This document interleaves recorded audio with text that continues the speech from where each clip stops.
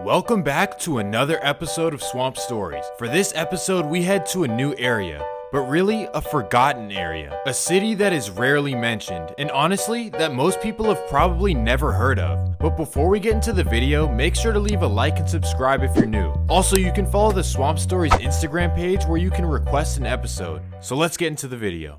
Let me introduce you to the Inland Empire, also known as the IE. Located about an hour east of LA, you have a huge desert. Hot, dry, and that's about it.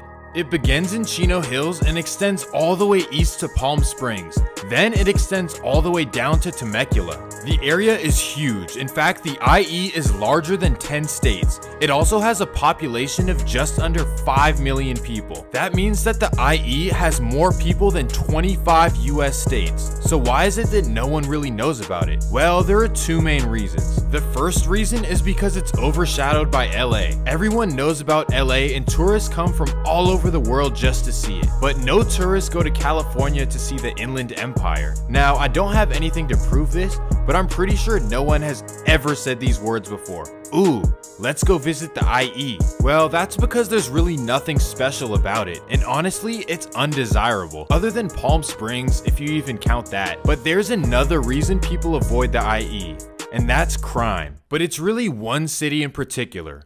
Welcome to San Bernardino, the Stockton of Southern California. And before you go, oh come on. No, seriously, San Bernardino is rough. Like even worse than Stockton, and also even worse than South Central, Inglewood, and Long Beach.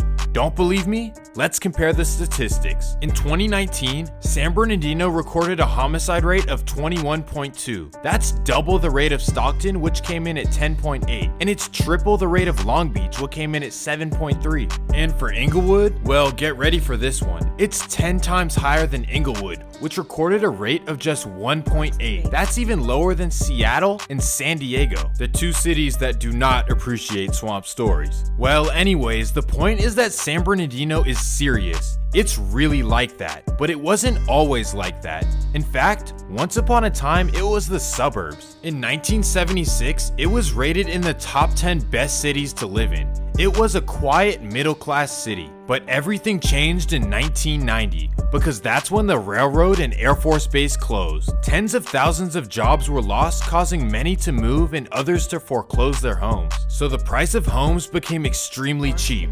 You could buy a decent house for just under $100,000. And for many residents of South Central, Compton, and Watts, this deal was just too good to pass up on. On top of having a cheap big home, you could escape the crime-infested areas as well. You could raise your kids in a new environment. So thousands of people moved out to San Bernardino, but when they got there, they didn't fully realize what they had gotten themselves into. A declining city with no industry, like 0 jobs. Okay, that's an exaggeration, but it was McDonald's, the post office, or mopping floors. Sadly, this led to the same issues they had seen back in South Central, and San Bernardino began having quite the reputation of its own. One thing it's known for is the Blade. In LA you have Figueroa, but in San Bernardino, you have G Street. There are all kinds of videos on YouTube about G Street. You guys should check them out. But that's only after you finish watching all 22 episodes of Swamp Stories, right? But also like LA, San Bernardino is split up by neighborhood and colors. So in this video, we're going to break it all down. San Bernardino is crazy, but before we get into it, let me run the intro.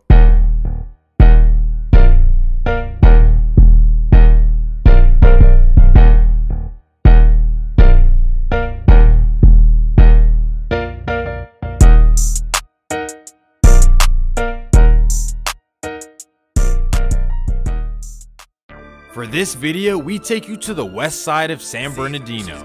Let me introduce you to the California Garden Crips, also known as CGC. Located right off of California Street, this small neighborhood punches way above its weight. In fact, they are the top ops of San Bernardino. They are represented by a rapper named Doggy Style. He has blown up over the past few years with many of his songs touching millions of views. But wait, he dresses like he's stuck in 2005. But honestly, there's something pretty cool about it. It really shows that he's true to his roots. And on top of that, his music has that old school feeling to it as well. He most likely got that from his dad, because that's who founded CGC. So for him, he was born into this lifestyle. And CGC is family. Well, CGC are nothing to play with, but neither are their rivals. And they have a lot of those. CGC are really the top ops of San Bernardino.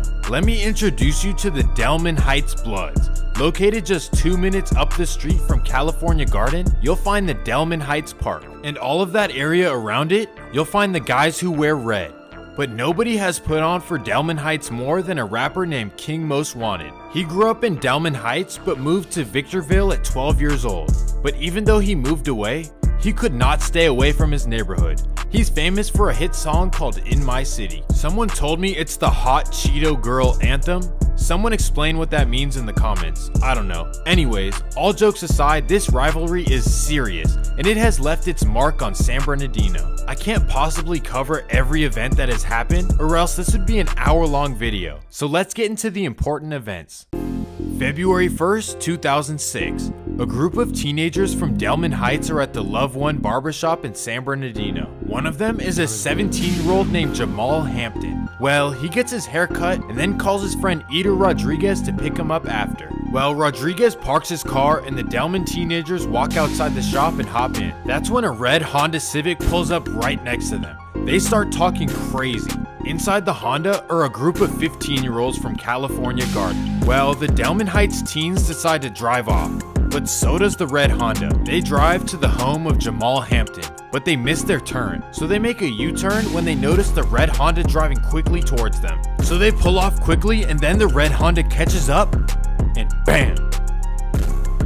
Well, Jamal Hampton's friends, who just happened to be from the area just like him, they decided to tell police everything they saw. But police would not be able to find the teens for the next 3 months. The 15-year-olds decide to hide out until one day a report is made of a suspicious parked car, whatever that means. The officer then finds 2 boys, Dennis Reed and Ricky Woods, both tried as adults and convicted to life. That would be in large part because of the testimony of the Delman Heights teens. Thank you guys so much for making the right decision. I share this story to show you that this rivalry has no boundaries. It is all about territory and pride.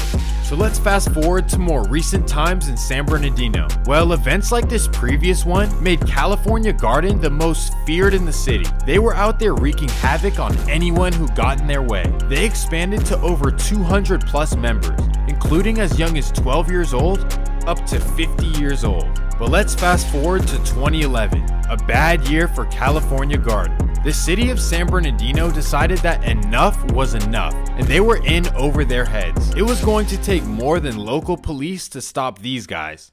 Operation Squeeze Play, somewhat successful. They made 12 arrests from ages 31 to 42. They got the OGs, but that did nothing to stop CGC. That's because it's the young guys who are the ones sliding with hockey sticks, and they trip on everyone and anyone in sight. I am not exaggerating either. Anyone can get it. Don't believe me? Check it out. California Gardens are also rivals with the West Side Projects, which are located just 2 minutes east of them. So essentially, CGC is boxed in from the north and east. The West Side Projects wear all black. It's their color. So in West San Bernardino, blue is California Gardens, red is Delman Heights, and black is West Side Projects. March 5th, 2014, 12:15 p.m. 2 young men from West Side Projects are crossing the street. Keon Drake, also known as Kiki, and his best friend Enon Edwards, also known as Bubba. Well, when they cross the street, a car approaches,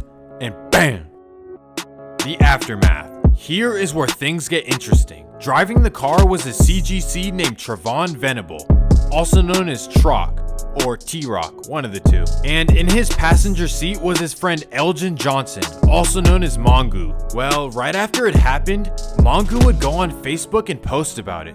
He would brag that he was the one who did it. Still, there would be no investigation on him, and it would stay that way for 3 months. May 24th, 2014. A CGC associate would be driving, and then he would change lanes without using a signal.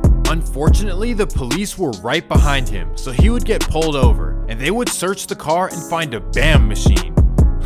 Can't believe I just said that. Anyways, in California, that's very against the law, but police would offer him a way out of it. They said, "Hey, do you know anything about what happened on March 5th? He would say, "Yes, I actually was right there when it happened." But he had one condition: drop my charges and conceal my identity, and I will tell you every last detail. Boom, done deal, let's do it. He would identify Trayvon Venable as the driver and MONGOO as the operator of the BAM machine. He would say that it looked and sounded like a deuce-deuce, and that right there is a DP off the rip. Well, it got the job done regardless. Anyways, police would have him text MONGOO and ask him if he did it and why. MONGOO would reply, "Yeah, I did it, and I did it for California Gardens." And boom, that's all it took. M1 with an enhancement added to it. He is now serving 129 years. And for Trayvon, he is serving 40 years. I wish I could tell you guys who said all the information, cause I usually do on Swamp Stories, but in this case, his identity is hidden. Continual events like this are what got San Bernardino to call up the FBI once again. They needed another attempt to stop California Gardens. This would come after a wild string of events. March 14th, 2016. Middle schoolers Terrence Spears and his cousin Jason Spears would walk into the Circle K gas station on a Sunday afternoon. Just kids being kids going in to get some snacks. Well, Terrence goes inside the store and 12-year-old Jason waits outside. That's when a car pulls up and BAM! This event shook the community, to say the least. A 14-year-old survived, but his 12-year-old cousin didn't make it. Well, tonight, friends and relatives held a vigil outside the Circle K store on Highland, where it all happened. 14-year-old Terrence Spears needed help to stand. Jason is seen on the right of this picture, Terrence on the left. I still can't believe that he's gone. He was like a brother to me. Overcome with grief, Jason's mom collapsed when she saw the candles and flowers for her son. Why? Why is he dead? Why did that happen? Many neighbors voiced that same concern. These last two weeks, especially this last week, there was 4 shootings within 7 days. We have to take our son to school, to the bus stop, walk him back. He can't even be a kid anymore. These kids can't be kids anymore. San Bernardino police admit there have been problems recently with street gangs, so they've stepped up enforcement with 8 extra officers on duty just last night. It affects everybody. You hear the word 12 years old, and you know that it's a kid. And these kinds of things would continue happening at the hands of CGC. A 17-year-old CGC member, Billy Ray Duncan, would go crazy. He was a San Gregorio High School student, but after school, his life was wild. July 20th, 2016. Billy will be driving around San Bernardino when he sees a 20-year-old girl named JAEMIAH TRAMMEL. Without hesitation, BAM! Then, just 3 weeks later, Billy would be back for more. August 10th, 2016. Billy would be at the intersection of Mount Vernon Ave. He would spot a 28-year-old named Alejandro Herrera. Without hesitation, BAM!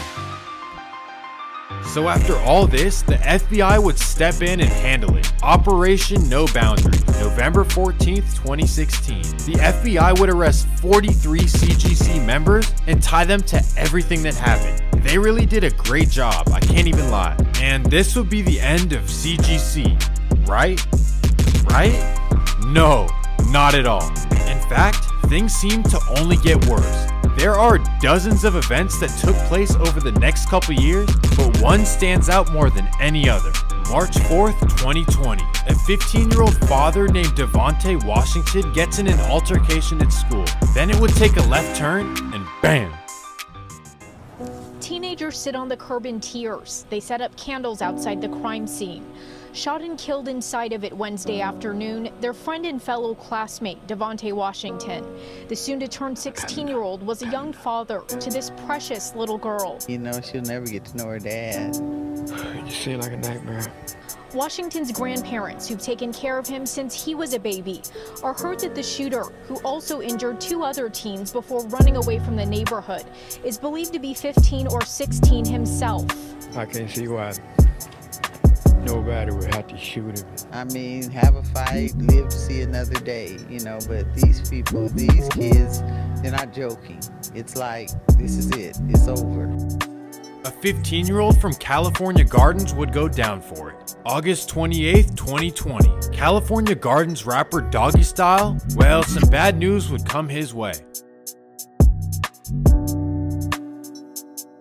Thank you guys so much for tuning in to another episode of Swamp Stories. Make sure to leave a like and subscribe. Also, let me know what you want to see next on Swamp Stories.